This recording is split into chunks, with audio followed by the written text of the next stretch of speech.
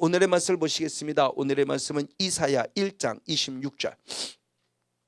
이사야 1장 26절 한 절 말씀을 보시겠습니다. 내가 너의 사사들을 처음과 같이 너의 모사들을 본래와 같이 회복할 것이라. 아멘. 그리한 후에야 내가 의의 성읍이라 신실한 고리라 칭함이 되리라 하셨나니. 아멘. 할렐루야. 네, 오늘의 시간은 그동안 우리가 우리의 본질이라는 부분을 우리가 7시간을 두어서 쭉 한번 살펴보면서 은혜를 나누었죠. 우리의 본질, 두 가지 본질이 있었죠. 하나님의 형상을 따라 지음받은 원초적 본질. 그런가 반면에 창세기 3장에 사탄에서 죄를 지은 이후 나는 본질상 진노의 자식이라는 또 다른 본질. 그러나 하나님은 예수 그리스도를 이 땅에 보내셔서 다시 우리들의 존재가 원초적 본질이 되찾기 원하신다는 그 원초적 본질.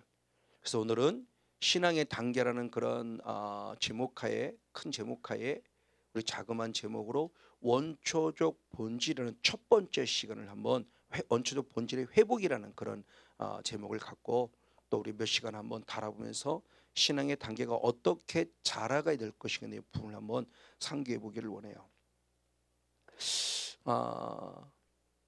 제가 요걸로 들어서 많이 여러분들에게 강조하는 내용이 있어요. 성경의 이야기를 하나의 이야기로만 끝내지 말아라. 하나의 역사적인 사건으로만 끝내지 말아라. 2000년 전에 있었고 4000년 전에 있었고 6000년 전에 있었던 역사라는 이야기로만 끝내지 마라. 그 사건은 지금도 우리에게 이루어지고 있다.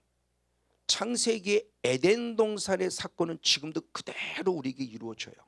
1장 2장을 누리는, 부족하지만 주의 등이 조금이나마 하나님의 나라를 누리는, 정말 하나님 때문에 행복한 하나님의 나라를 누리는 삶을 살기도 하는 반면에 그런 하나님의 나라가 내게 이루어졌음에도 불구하고 창세기 3장에 사단이라는 존재가 등장하면서 마음 뺏기고 물질 뺏기고 믿음 뺏기고 기도 뺏기고 말씀 뺏기고 삶 뺏기고 생각 뺏기고 남편 뺏기고 아내를 뺏기는, 자녀를 뺏기는 끔찍한, 건강을 뺏기는 끔찍한 일이 지금도 벌어지고 있다는 거예요. 그리고 구약 시대의 왕정 정치의 시대처럼 우리가 끊임없는 전쟁의 역사 속에 살아가요. 성경을 결국 보면은, 구약 성경을 보면은 결국 전쟁의 역사예요. 하나님은 적과 꿀은 가나안 땅에 들어가는 것 자체가 이미 전쟁이었어요. 그리고 그 다음부터 지키는 것도 전쟁이에요.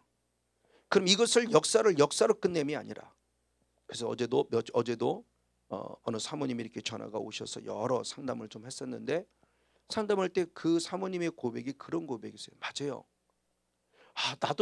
저도 그랬지만 성경을 그냥 그동안의 역사를 이런 사건이 있었구나 사건으로만 아는 거예요.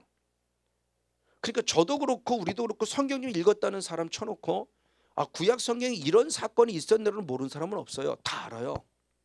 그 로고스로는 안다고요. 지식으로는 알아요. 근데 그게 레마화 되지 않고 그것이 적용되지 않고 그것이 실제화되지 않으니까 나하고는 상관없는 사건이에요.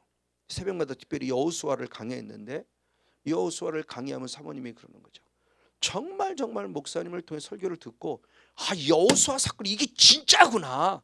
지금도 우리가 끊임없이 벌어지는 영적 사건이고, 그러면 여호수아를 통해 하나님이 어떻게 우리들에게 요구하는 적과 꿀은 가나안 땅을 내 것으로 만들는 과정에 어떻게 요구했는가, 그것이 우리에게 실제적인, 지금도 우리가 싸워야 될 실제적인 영적 싸움을 깨달아 알게 해서 너무너무 감사한 얘기를 들었어요. 맞아요. 제가 부족하지만 자꾸 지금 특별히 오히려 광야의 영성에서 우리의 본질 이후에 더 많은 부분을 하나님이 자꾸 관심 갖게 하고 연구하게 만들고 기도하게 만들고 계속 뭔가 이렇게 말씀을 파고 들어가지만 저는 말씀을 연구하고 제가 행복해요. 왜? 새로운 또 다른 것들의 모습을 제가 자꾸 발견할 수 있어서 너무너무 감사해요. 맞아요. 이 영적 우리 이 본질 자체를 찾지 못하면 영적 싸움의 의도 별 의미가 없어요. 왜? 나는 병 고치려고 싸워요? 주는 병을 고쳐주는 분인데 병을 고쳐두는 것만으로 끝나길 원하지 않는 분이거든요. 근데 우리는 병 고치는 게 목적이에요. 문제 해결하는 게 목적이에요. 주님의 목적은 그게 아닌데, 영혼의 구원인데, 우린 거기까지 한 단계 올라가고 업그레이드 신앙이 되는데 우리는 거기까지 안 바라보는 거예요. 그러니까 그 사람들이 누구냐? 결국 아홉이에요.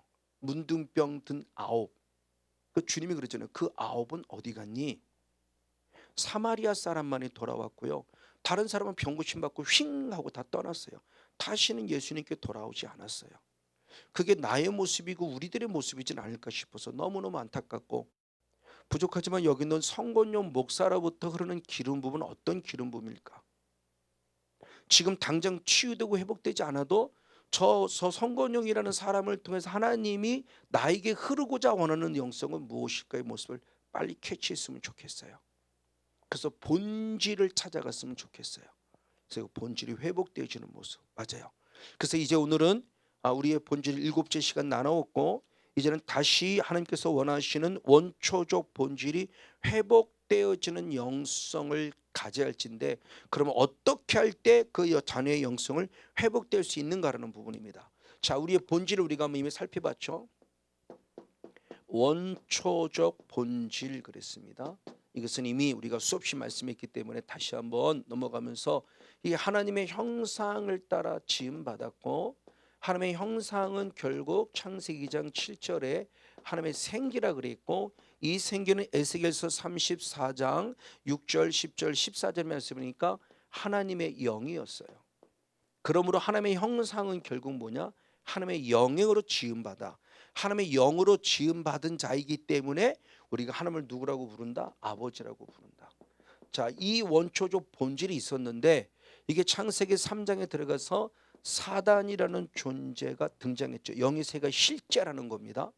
창세기 3장부터 영의 세가 실제 성령님만 계신 것이 아니라 내 눈에 보이지 않지만 지금도 사단이라는 존재가 저와 여러분의 영혼을 뺏어가려고 지금 틈틈이 노리고 있다는 거예요. 이 사단이 등장해서 이때부터 우리는 뭐를 범하였느냐? 죄를 범하게 되었고 이 죄를 범한 결과가 뭐냐? 에덴 동산에서 쫓겨난 거죠. 저는 그러면 이 에덴 동산을 단순히 우리가 살고 있는 집으로 생각하지 말고 에덴 동산이 하나님의 나라를 예표한다고 했기 때문에 결국 구원 얻었으나 구원을 뺏긴다고 하는 거예요. 뭐 때문에? 죄 때문에. 이게 사단의 역사라는 거예요. 사단의 역사가 성곤용 목사에게 죄짓게 만들어서 단순히 병들게 만들고 가난하게 만들려고 죄짓게 하는 게 아니라는 거죠. 성곤용 목사의 죄짓게 해서 어디 가길? 지옥 가게 하려고 나쁜 놈이. 여기까지 우리가 조금 생각해 보자라는 거예요. 영적 싸움을. 단순히 병 고치는 사건으로만 끝내지 말고요. 자, 여기까지 들어가서 이렇게 되어짐으로 말미암아 우리의 본질이 바뀌어졌어요. 그럼 원초적 본질이 어떤 본질이 되었느냐? 자, 에베소서 2장 한번 3절 말씀을 보겠습니다. 에베소 2장 한번 3절 한 절 말씀을 같이 한번 읽겠습니다.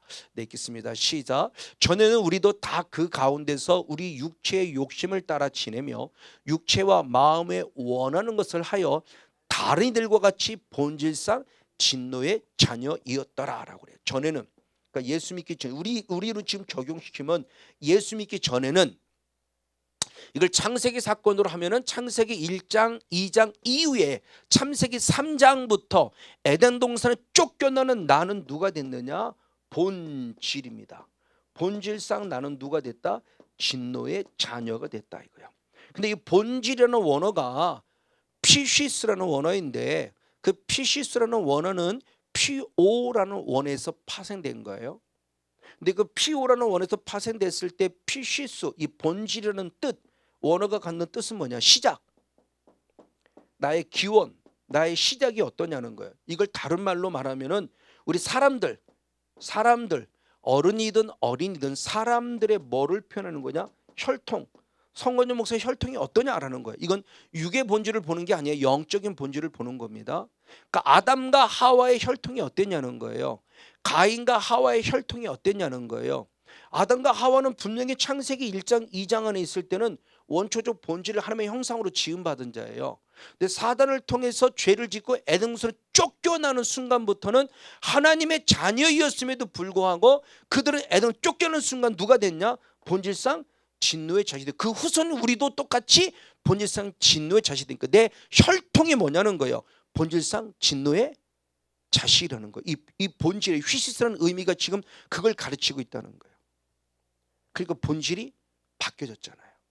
원초적 본질에서 하나님의 형상을 따라 지음받은 하나님의 아들, 하나님의 사랑 딸에서 이제는 완전히 다른 자가 되어졌으니 진노의 자식이 되어버리고 말았다 그러는 거예요. 그럴 때 그 진노의 자식을 얘기하면서 똑같은 본질을 사도 바울은 또 다른 데에서는 이렇게 표현했습니다. 갈라디아서 4장 한번 8절을 말씀을 봅니다. 본질상이라고 할 때 이 본질을 통해서 진노의 자식을 또 다른 부분을 말했습니다. 갈라디아 4장 8절 시작. 그러나 너희가 그때에는 하나님을 알지 못하여 본질상 하나님이 아닌 자들에게 종노릇했다. 그때, 그렇죠? 전에는, 예수님을 알기 전에는, 예수님을 믿기 전에는, 이제 아담과 하와가 에덴 동산에서 쫓겨났을 때부터는 그 본질 휘스가 똑같아요. 아까는 진노의 자식이라고 그랬는데 본질상 진노의 자식이라는 단어를 또 다른 표현했습니다. 하나님이 아닌 자 그랬어요. 하나님이 아닌 자. 하나님이 아닌 자의 뭐냐? 종노릇 했다고 표현합니다. 하나님이 아닌 자들의 종노릇 했다. 진노의 자식이 뭔가를 지금 얘기를 해주는 겁니다. 에베소서에는 본질상 진노의 자식으로 표현했고 그걸 좀 더 깊이 바라보면 갈라디아 말씀에서는 뭐랬냐? 하나님이 아닌 자. 그럴 때 공동 번역에서는 하나님 외에 다른 신이에요. 하나님이 아닌 자가 누구냐 그랬을 때 어떤 육적인 존재가 아니라 영적인 존재인데 하나님이 아닌 다른 신. 벌써 우리 의미를 알 수 있어요. 다른 신의 종노릇 했다는 거예요. 그럼 이 종노릇 했다는 말씀이 뭐냐? 로마서 우리가 말씀할 때 로마서 6장 17절 말씀을 잠시 봅니다. 우리 또 본질을 얘기해서 이렇게 합니다. 로마서 6장 10절 시작. 하나님께 감사하려다 너희가 본래 누구였었다? 죄의 종이었다. 본질상 나는 죄, 그러니까 이 종노릇 했다는 게 결국 누구의 종노릇 했다는 거냐? 무엇의 종노릇? 죄의 종노릇 했다고 말하는 거예요. 본래가, 나는 본래가. 근데 이제 구원받아 하나님 앞에 있는 게 감사하다는 걸 얘기를 하는 거죠. 본질이 뭐냐? 내 본질이 뭐냐? 내 본래가 뭐냐 할 때 죄의 종이었다고 표현해요. 물론 죄의 종은 당연히 죄진 자를 향해서 얘기하는 거죠. 그럼 이렇게 죄의 종이 되었다는 이 모습을 통해서 봤을 때 이 본질을 인정한 자가 누구라고 그랬습니까? 다윗이었다는 얘기를 수없이 말씀을 드렸죠. 그래서 시편 50편 5절의 말씀을 현대인 성경으로 해석하면 조금 더 쉽게 읽을 수 있다. 어머니 뱃속에서부터 나는 뭐를 가졌다? 죄성을 가졌다. 그래서 어머니로부터 태어나는 순간 난 누가 되었다? 죄인이 되었다. 죄를 한번 짓지 않고도 나는 태어나는 순간부터 엄마 아빠의 사랑에서 태어나는 엄마 뱃속에 자리 잡을 때부터 나는 죄성을 가지고 태어났어요. 죄 한 번도 안 졌는데도요 이미 죄 짓고 싶은 성향, 그 죄 짓고 싶은 성향이 결국 누가 자리 잡았다는 거냐? 사단이라는 존재가 자리를 잡아서 결국 우리를 죄 짓게 만드는 자로 만들었고 엄마 뱃에서 응애하고 태어나는 순간부터 죄 한 번 짓지 않고도 나는 죄인이 되었다는 사실을 다윗 스스로가 인정했어요. 그렇죠? 누구보다 하나님 편에 서 있던 다윗이었는데 우리아의 아내 밧세바를 버는 음란의 죄를 범했고 음란의 죄를 숨기고자 결국 그의 남편 우리아를 죽이는 살인죄까지 범한 다음에 나단 선지자를 통해 책망받고 주님 앞에 무릎 꿇었을 때 이걸 인정하는 거예요. 아, 맞습니다. 내가 죄인입니다. 나는 어머니 뱃속에 태어날 때부터 죄성을 가지고 태어난 죄인입니다라며 자기 안에 죄를 가지고 있음에 대한 부분을 솔직히 인정하고 철저히 회개하는 다윗의 기도를 볼 수 있게 됩니다. 맞아요.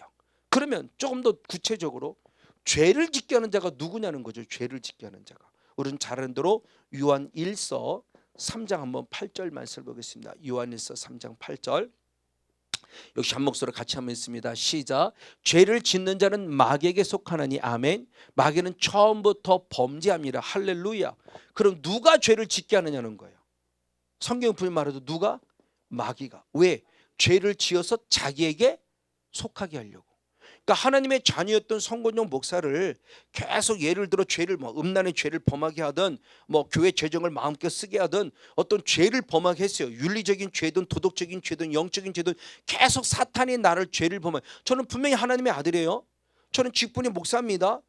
근데 내가 계속 죄를 짓는다 한다면 하나님의 자녀라는 신분을 가지고 있지만 원초적 본질한 신분을 가지고 있지만 나는 결국 지금 누구에게 속해져 가고 있는 거예요? 사탄에게. 그래서 내 본질이 또 진노의 자식으로 지금 탈바꿈 돼가고 있는 거예요. 아직 에덴 동산 안 쫓겨는 거 감사합니다만 에덴 쫓겨내기 직전까지 가고 있는 거죠. 이걸 빨리 인정하라는 거, 이거를요. 그래야 아차, 아이고 아버지 잘못했습니다가 되는데, 그게 안 되면 내가 뭔 죄를 졌다고 이렇게 돼버리는 거예요. 이게 지금 위험천만한 이 사건이 지금도 계속 창세기 1장, 2장, 3장의 사건이 우리 교회 안에서, 가정 안에서, 이 나라 이민족을 지금 계속 벌어지고 있다는 걸 빨리 파악하라는 거예요. 사탄이 철저하게 틈을 노리고 있어요. 성문용 목사에게 지금. 여러분 앞에 서 있지만 늘 부끄러운 자예요. 그러니까 늘 저는 주님 앞에 회개하는 자입니다. 아이고 아버지 또 쓰러졌습니다. 또 넘어졌네요. 아이고 또 잘못했어요. 하나님 한 번만 더 용서해 주세요. 이제는 이길 수 있는 힘을 주세요. 그렇게 하면서 지금도 끊임없이 싸우는 거예요. 남아있는 죄성의 존재를 늘 처리해 가면서. 여러분의 서 있다면 완벽하다, 아니요. 이 땅에서는 의인은 없네. 하나님 때문에 절대 누구도 완벽한 사람이 있을 수 없어요. 부족하지만 부족함에도 쓰심에 감사한 것 뿐이죠. 마지막까지 쓰임받으려면 이 거룩성을 그나마 유지해야 돼요. 이 거룩성마저 유지하지 않으면 저는 언젠가 하나님 앞에 아웃, 그러면 끝이에요. 에덴으로 쫓겨나면 끝이에요. 지금 쫓겨나기 전이니까 그들 그나마 쓰임받고 있는 거죠. 그러니까 이 영성에 대한 부분의 모습을 늘 우리는 인지하고 살라는 거예요. 그런 대표적인 인물이 누구라고 그랬는가? 수없이 말씀드렸죠. 신약 성경은 바리새인이에요. 대표적인 인물들이. 그래서 세례 요한도 마찬가지고 예수님도 마찬가지지만, 세례 요한이나 예수님이나 이 바리새인들을 향해서 아주 주님이 중요한 말씀을 하셨다고 그랬죠. 마태복음 3장 7절, 누가복음 3장 7절의 말씀이나 마태복음 23장 33절 말씀에 공이, 세례 요한과 예수님이 공이 똑같았던 말씀이 있어요. 이 바리새인이 뭐랬냐? 독사의 자식들아 그랬어요. 독사. 이 독사는 지금 누구를 상징하는 거냐? 사단을 말하는 거죠. 바리새인들에게 이 사단의 자식아 그런 거예요. 그러니까 바리새인은 열받는 거죠. 자기는 당연히 하나님의 아들이라고 생각하고 있는데, 예수란, 나는 하나님의 아들이라고 말하는 예수가 와서 나에게 뭐라 그러냐? 네 애비는 마귀야, 이렇게 얘기하는 거죠. 너는 독사의 자식이야 그러는 거예요. 그러면 열받죠, 당연히. 근데 이건 단순히 내 감정에 의한 혈과 육으로 열받는 사건으로 끝나면 안 돼요. 오히려 자존심이 무너지더라도, 맞아요 아버지 내가 그 죄인입니다. 맞아요 내 안에 아직도 그 사탄의 자식, 맞아요 내 안에 그 본질상 진노의 자식의 영성이 있어요라고 빨리 인정하라는 거예요. 이걸 인정하지 않으니까 내가 하나님의 아들인데 이렇게 살고 있는 거지. 이 사람들 하나님의 아들 아닌가요? 그래서 이걸 아주 구체화시킨 내용이 바로 요한복음 8장의 사건입니다. 요한복음 8장 30절, 31절, 44절 말씀을 한번 연연해 보도록 하겠습니다. 요한복음 8장 30절, 31절, 44절 말씀을 같이 봅니다. 시작. 이 말을 하심에 많은 사람이 예수를 믿더라. 그러므로 예수께서 자기를 믿은 유대인들에게 이르시되 너희가 내 말에 거하면 참 내 제자가 되고, 그리고 32절의 말씀에 네가 진리 안에 자유하리라. 그랬더니 따지는 거예요. 언제 우리가 뭐 노예로 살았었냐 이래가면서 자유하지 않은 일이 있으면 따질 때 주님이 하시는 말씀입니다. 44절 말씀을 같이 읽습니다. 시작. 너희는 너희 아비 마귀에게서 났으니 너희 아비의 욕심을 너희도 행하고자 하느니라. 아멘. 분명히 예수를 믿은 자예요. 예전에는 그냥 유대인으로만 생각했어요. 하나님을 믿은 유대인으로만. 근데 어느 날 다시 말씀을 보니까 아니에요. 유대인 중에서 예수님을 믿은 자예요. 지금으로 말하면 전혀 다른 메시아닉 주죠. 예수님을 메시아 그리스도로 믿는 자들이에요. 예수님을 믿는 자들이에요. 이제 간 믿었지만 예수님이 주신 말씀을 통해서 이들을 향해서 말을 하는 겁니다. 네 아비는 누구였냐? 마귀라는 거예요. 맞아, 내 아비. 본질상 진노의 자식으로 태어날 때 이미 나는 죄성을 가지고 태어날 때 내 아비는 누구였다? 마귀. 이걸 빨리 인정하라는 거예요. 얘를 인정해야 얘 존재를 악고, 그럼 얘를 빨리 없애버리게 되는데, 이걸 인정하지 않고 나는 하나님을 믿는데 라고 얘기한다면 이게 문제가 생겨지는 거죠. 정말 저는 다시 한번 말씀을 보면서 많이 정말 이제는 그걸 어떻게 표현할까요? 물론 처음에는 다독으로 누구든 다 그랬다. 먼저는 여러분들 그러세요. 저에게 성도였지만 최소한부터 10독 정도는 다독을 하시고, 그리고 꾸준히 평상시 있는 성경을 읽어야 되지만 그 다음부터는 10독 정도가 지나면 어느 정도 내용이 파악됐으면 좀 정독을 하라는 거예요. 말씀에 지금 깊이 들어가는 정도, 그러면서 전체적으로 통으로 볼 수 있는 눈이 좀 열려져야 되고, 그래서 전체적인 숲을 좀 보고, 숲을 보고 나면은 어떤 그런 나무들을 보고, 나무들을 보면 나무의 줄기들을 보고, 나무의 줄기의 잎사귀를 보고, 그 잎사귀에 열려진 열매도 보고, 조금 더 깊이 망원경의 신앙에서 조금 더 현미경의 신앙으로 좀 들어가면서 말씀을 보는 눈을 가졌으면 참 좋겠다. 부족하지만 저는 그런 부분 속에서 조금이나마 하나님이 깨닫게 한 부분을 그때 참 감사해요. 그러니까 말씀을 연구할 때가 참 감사해요. 행복해요. 그리고 보면 하루가 후딱후딱 지나가고 있어요. 벌써 이렇게 지나갔나? 자, 중요하죠. 다시 한번, 내 본질인데, 나는 하나님의 자녀라고 생각하고 있는데 하나님의 나의 본질을 타치해 준 거예요. 아니야, 네 본질은 진노의 자식이야. 너는 본질상 진노의 자식이라고 말해주면서 오늘 나의 본질이 누군가를 바라보고 있으니, 아까 하나님이 아닌 자들에게 종노릇했다, 그 종노릇이 결국냐, 하나님이 아닌 다 곧 사단이라는 존재를 지금 우리에게 가르쳐주고 있는 겁니다. 자, 그런데 이때부터 주님의 말 그대로 은혜요 사랑이 변하는 거예요. 자, 우리는 분명히 하나님의 자녀로 태어났다가 하나님의 자녀의 영성을 빼앗겨 버리고 본질상 내가 죄 한번 짓지 않아도 진노의 자식으로 태어날 수밖에 없었는데, 그럼에도 불구하고 주는 어떻게 했느냐? 자, 요한복음 13장 한번 1절 한 절 말씀을 같이 보겠습니다. 요한복음 13장 1절입니다. 같이 한번 읽겠습니다. 시작. 6월절 전에 예수께서 자기가 세상을 떠나 아버지께로 돌아가실 때가 이른 줄 아시고 세상에 있는 자기 사람들을 사랑하시되 끝까지 사랑하시나. 아멘. 저 이 사건은 요한복음 13장의 사건은 가룟 유다, 나를 팔자인 유다를 알고 있는 가룟 유다를 향해서 하는 얘기입니다. 그때 뭐라고 했습니까? 자기 사람이라고 그랬어요. 그러면서 누구라고 언제까지 했습니까? 끝까지 무엇한다고 그랬다? 사랑. 자, 예수님은 가룟 유다가 나를 팔 걸 이미 알고 계셨어요. 그렇죠? 요한복음 6장에 가룟 유다가 나를 팔 걸 미리 아셔도 마지막까지 내게 맡겨준 사람이기에 끝까지 자기 사람을 사랑하셨다라고 표현하면서 가룟에게 기회를 주신 하나님이에요. 이 하나님이 지금 우리들에게 은혜를 주시는 거죠. 죄를 져서 죽을 수밖에 없는 거 뻔해요 이제. 근데 주는 은혜를 주신다는 겁니다. 그럼 이 사랑이라는 은혜가 어떤 은혜냐 그랬을 때 잘 알고 있는 대로 로마서 5장 한번 8절 말씀을 봅니다. 로마서 5장 8절 역시 한번 한 목소리로 같이 한번 읽겠습니다. 로마서 5장 8절 말씀 시작. 우리가 아직 죄인이었을 때에 그리스도께서 우리를 위하여 죽으심으로 하나님께서 우리에게 대한 자기의 사랑을 확증하시는. 아멘. 그 사랑을 우리에게 확증해 주셨대요. 그럼 언제였냐? 우리가 아직도 무엇이었을 때? 죄인. 그럼 아까 에베소 2장 3절의 말씀을 보면 전에는 그러죠.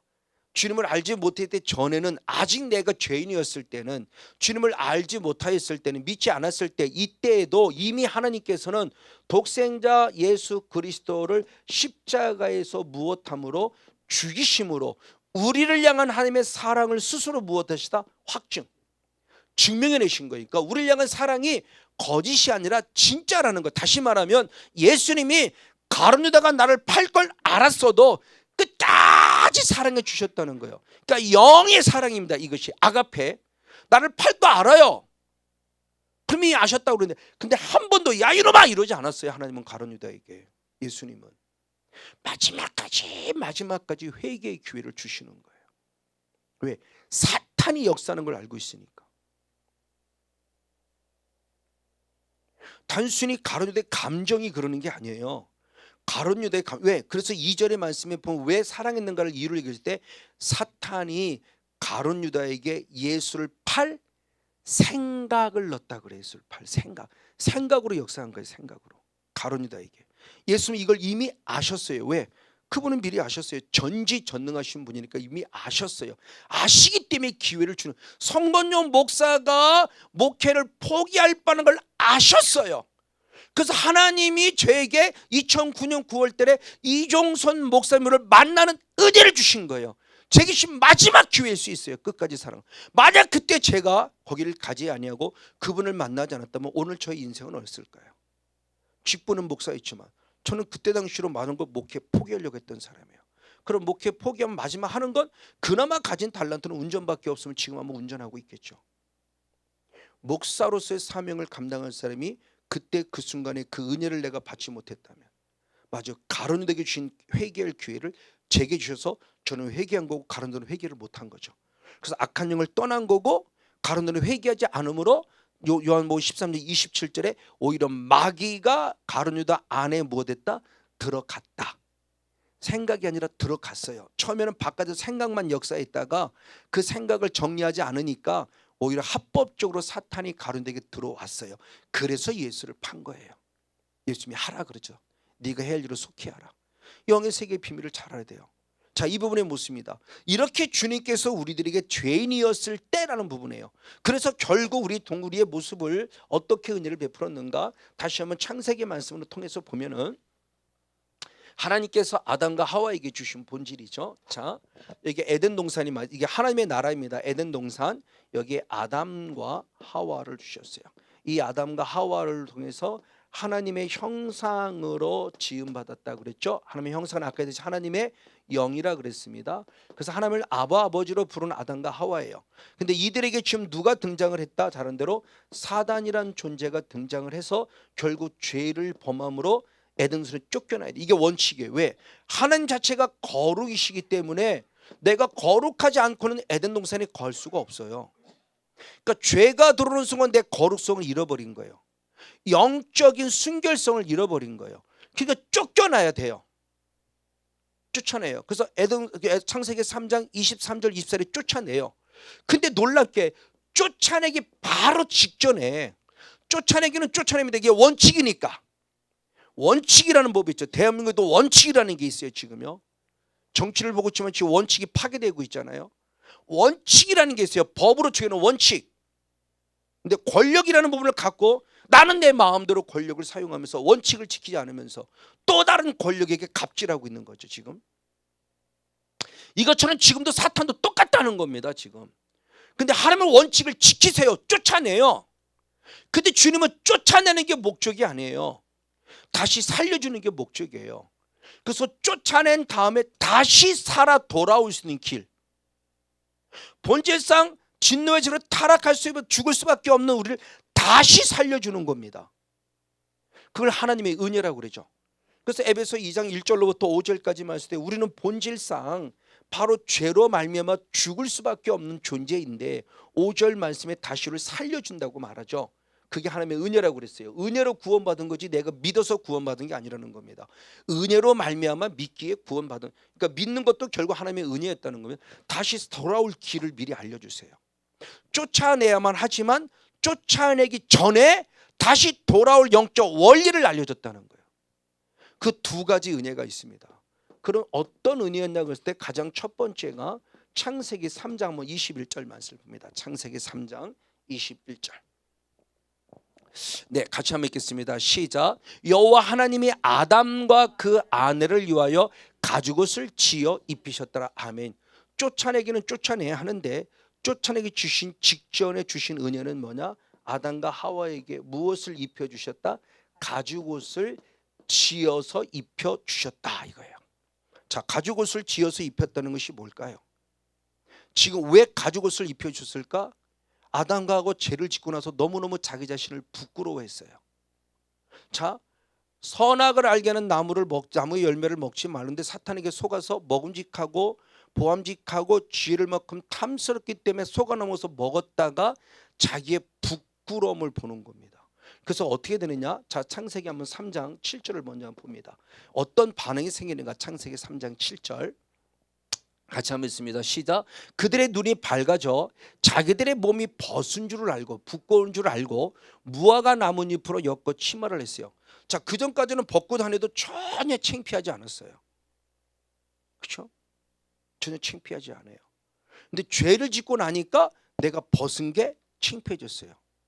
자, 그럼 이 말씀을 잘 이해하라고 그랬어요. 내가 단순히 옷을 버려서 내 육신의 것이 드러났기 때문에 창피한 건 아니요. 그렇게 보면 안 돼요. 지금 영적으로 봐야 돼요. 그래서 창피하면이니까 가장 먼저 옆에 있는 무화과 나무 잎을 따다가 자기 부끄러움부터 확 가려버린 거예요. 그런데 나뭇잎으로 가리는 건 오래 가지 못해요. 그 하루를 가겠습니까? 몇 시간을 가겠습니까? 얼마 안 가 곧 말라 삐뚤어지면 다시 내 원초적인 더럽고 추한 모습이 드러나서 내 부끄러움을 계속 드러낼 수밖에 없어요. 그럴 때 하나님이 주신 은혜입니다. 왜? 나뭇잎으로는 내 부끄러움을 가릴 수 없어요. 나뭇잎으로는. 그러니까 이제는 나뭇잎이 아니라 영원히 나의 부끄러움을 감추어 줄 수 있는 가죽옷을 지어서 입혀 주었다는 거예요. 이게 첫 번째 은혜예요. 그러면 가죽옷을 지어서 입혔다는 걸 했을 때 그 부끄러움의 원료가 뭐냐는 겁니다. 자, 사도 바울은 그렇게 표현했습니다. 고린도전서 15장 한번 34절의 말씀을 봅니다. 고린도전서 15장 34절 말씀. 네, 한 목소리로 같이 한번 읽습니다. 시작. 깨어 의를 행하고 죄를 짓지 말라. 하나님을 알지 못하는 자가 있기로 내가 너희를 부끄럽게 하기 위해 말하노라. 부활장인 내 15장은 그 부활장을 얘기하면서 주님이 말하는 겁니다. 사도 바울을 통해서 내가 너희들을 부끄럽게 하기 위해서 얘기한다. 나를 위로하고 격려하는 게 아니에요. 나에 대한 내 존재감에 대한 부분을 적나라하게 찔러주는 거예요. 그럼 내가 왜 부끄러운 거냐? 죄를 짓고 있어요. 그 죄를 짓고 있다는 결과는 하나님을 알지 못한다는 거예요. 그럼 여기 있는 사람들이 고린도 교회 성도들이 지금 불신자입니까? 아닙니다. 그들도 예수님을 믿는 자들인데 그들을 향해서 부활의 주님을 기다림 속에서 무엇인가를 얘기하냐는 거예요. 진정한 너희들이 우리가 지금 이제 재림의 예수님 그 부활의 주님을 다시 우리가 인격적으로 만나려고 한다면 뭐부터 해결해야 되느냐? 죄부터 해결하는 거예요. 그게 부끄럽다라는 거예요. 죄가 있는 게. 그 죄가 나를 너무너무 부끄럽게 하고 있는데 우린 죄 짓고도 떳떳하잖아요. 목사부터 시작해서. 제발 육으로 보지 말라, 영으로 보자는 겁니다. 지금 이런 일들이 우리에게 벌어지고 있음에 있어서 지금 주는 말씀이에요. 이걸 신약 성경만 아니라 구약 성경 에스겔 선지도 말했어요. 에스겔 선지는 뭐라고 표현했는가? 에스겔 43장 10절의 말씀을 봅니다. 에스겔 43장 10절 여기 한 목소리로 같이 한번 읽습니다. 시작. 인자야 너는 이 전을 이스라엘 족속들에게 보여서 그들로 자기의 죄악을 부끄러워하고 그 형상을 측량하게 하려요. 성전을 우리에게 허락하시면서 그 성전에 들어올 때 내 모습은요 거룩해야 되는 거예요.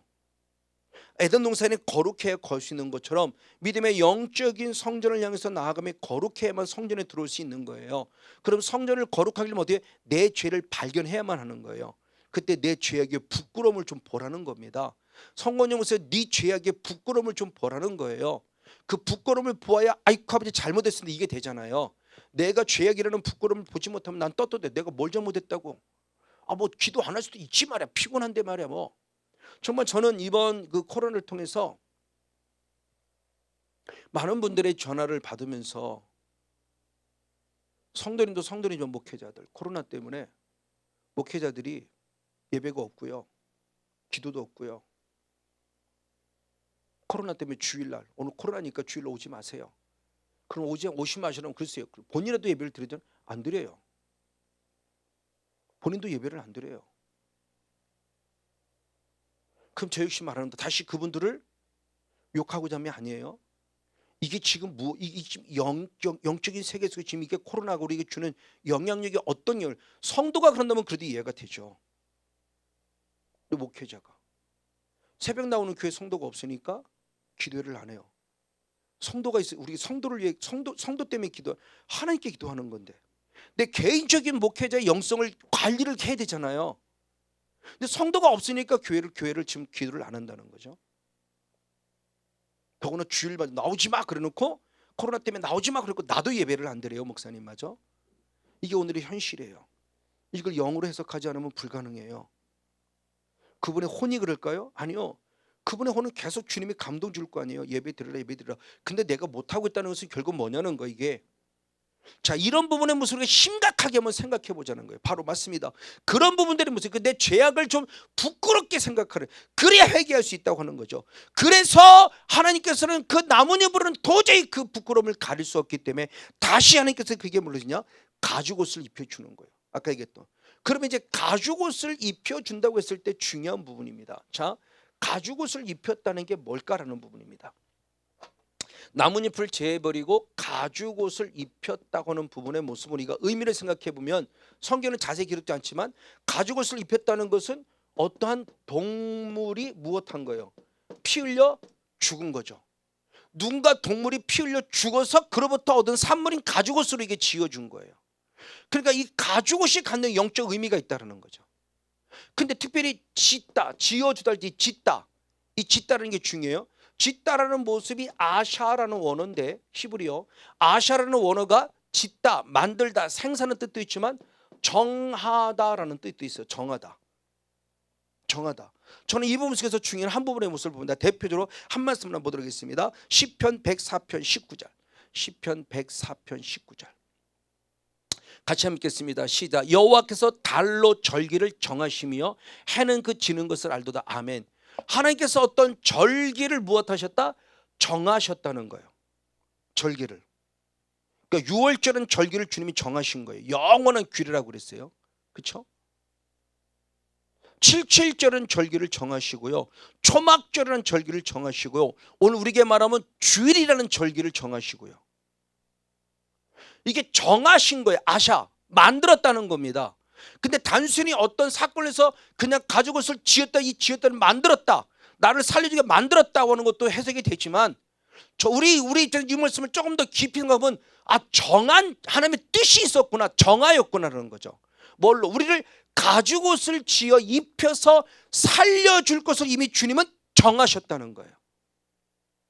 자, 그러면 이 가죽옷을 갖는 사건의 모습을 통해서 대표적인 말씀이 어떤 모습을 가지고 있는가? 우리 한번 다 같이 말씀을 때, 이 정하셨다는 것이 결국 어떤 사건인가를 말씀을 할 때 사도행전 2장 23절의 말씀을 봅니다. 사도행전 2장 23절.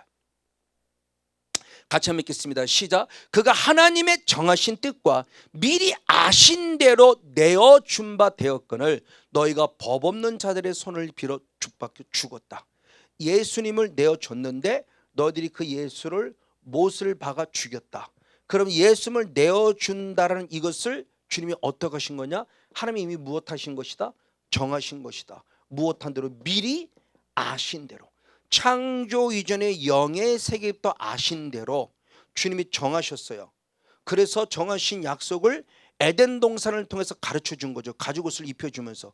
그리고 그걸 실제화시킨 게 십자가성을 실제화시킨 거예요. 그러니까 이미 이 십자가라는 이 사건은 하나님의 정하신 뜻이에요. 우리를 가죽옷을 입혀주기를 정하신 뜻이에요. 그것이 언제부터? 창조전의 영의 세계부터. 근데 그걸 에덴에서 다시 한번 확증시켜 준 거죠. 그리고 십자가로 이루셨다는 거예요. 그러니까 이게 깨달아지니까 맞아.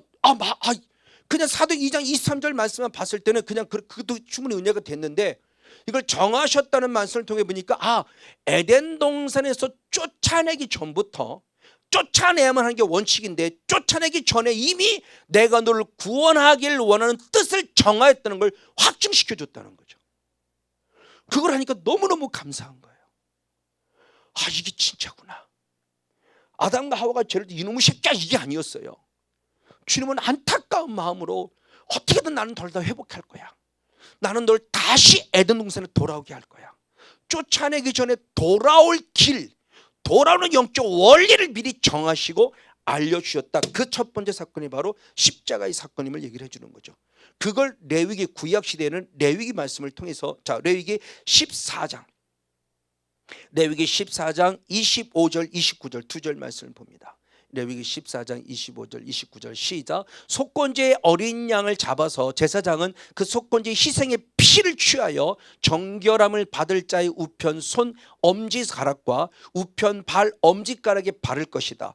또 그 손에 남은 기름은 제사장이 그 정결함을 받는 자의 머리에 발라 여호와 앞에서 그를 위하여 무엇할 것이다? 속죄할 것이다.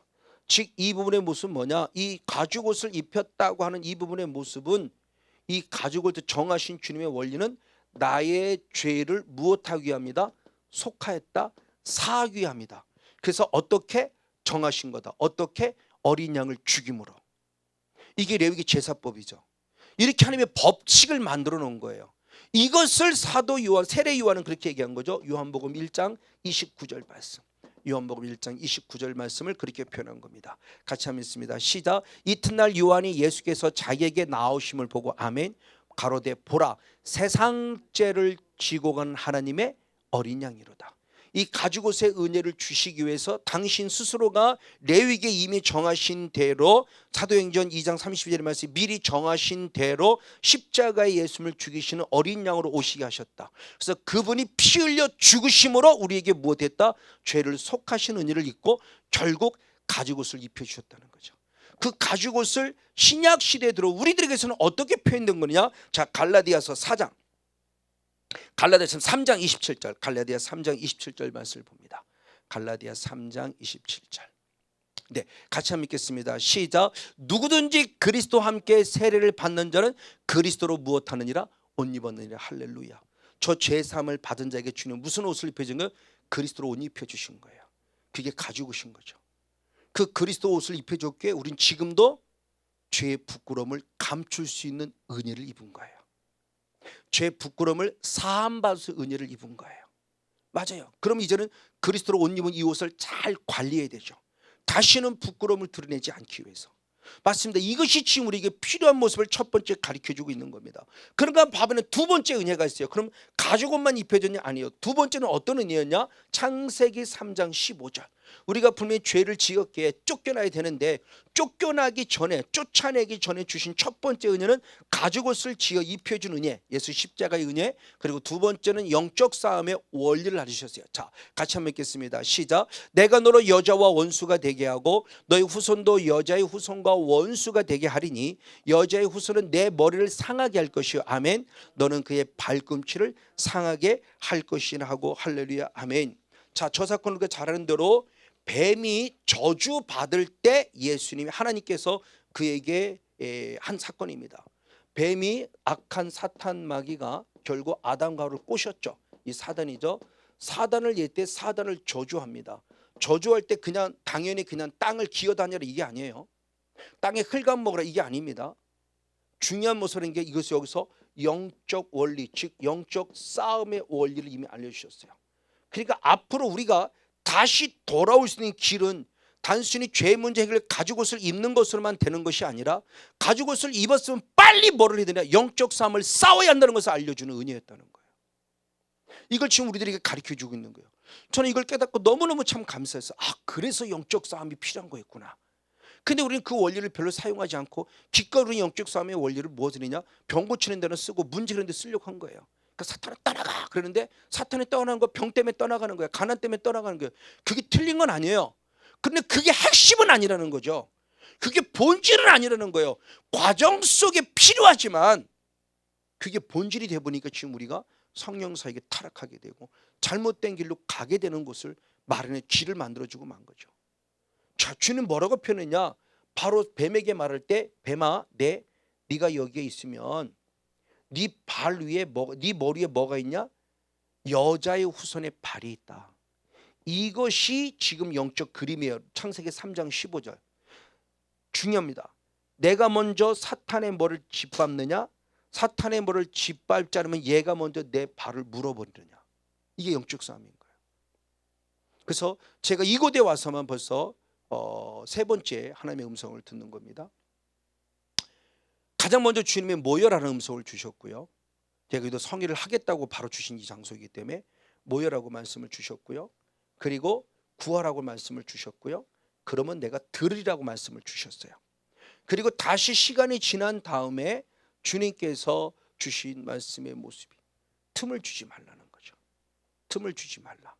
틈을 주지 말라는 말씀을 주셨고, 그리고 2주 전, 3주 전, 2주 전인가 3주 전인가 수요일 날 수예배를 준비할 때 하나님이 환상을 기독가인데 묵상하다 환상을 이렇게 딱 스치고 지나가는 환상, 딱 멈추는 환상을 스치고 지나가는 환상을 3번이나 반복해 주셨어요.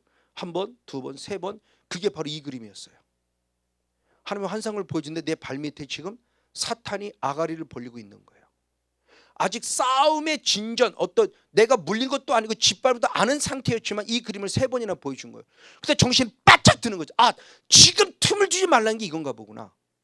성건용이라는 사람이 기도, 말씀 또는 여러 가지 생각 모든 것에 틈을 줘버리면 얘는 지금 아가리를 벌려서 물고 있는 거죠. 어떻게든 우는 사자와 같이 삼킬 자를 찾고 있는데 내가 틈을 줘버리면 물어버릴 거예요. 아니요. 그가 틈을 줘 물어버리기 전에 내가 먼저 짓밟으라는 거죠. 그러니까 저는 지금 철저히 또 영적 싸움을 싸우고 있는 거예요. 제 개인을 위해서, 교회를 위해서, 자녀를 위해서, 가정을 위해서. 왜? 지금 호시탐탐 노리고 있거든요. 코로나라는 게 사탄에게 아주 합법적인 기회예요.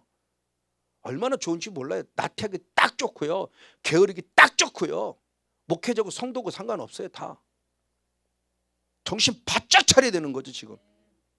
지금 이거예요 지금. 그러니까 가죽옷을 입혀주는데 너무너무 감사하지만 가죽옷을 입는 것으로만 끝나면 안 되고 이제는 철저히 영적 싸움을 싸우라는 거죠. 그 여자의 후손은 가장 먼저 누구냐? 예수 그리스도도 당장. 오늘 너무나 잘 알고 있습니다. 갈라디아 4장 4절의 말씀을 봅니다. 갈라디아 4장 4절의 말씀 같이 한번 읽겠습니다. 시작. 때가 참에 하나님이 그 아들을 보내사 여자에게서 나게 하시고 율법으로 나게 하시고, 그러니까 여자에게서 낳다 그 여자의 낳으신 그의 아들, 그 아들이 바로 예수 그리스도. 그분이 결국 마귀를 멸하러 오신 거죠. 그때 주님은 어떻게 해주셨는가 하는 겁니다. 자, 로마서 16장 20절 말씀을 봅니다. 로마서 16장 20절. 영적 삶의 원리를 잘 알려주셨어요. 로마서 16장 20절 시작. 평강의 하나님께서 속히 사탄을 너희 발 아래서 상하게 하시리라. 아멘. 우리 주 예수의 은혜가 너에게 있을지다. 아멘. 속히 우리의 발 아래서 상하게 하시라. 그럼 그 우리가 누구냐는 거죠.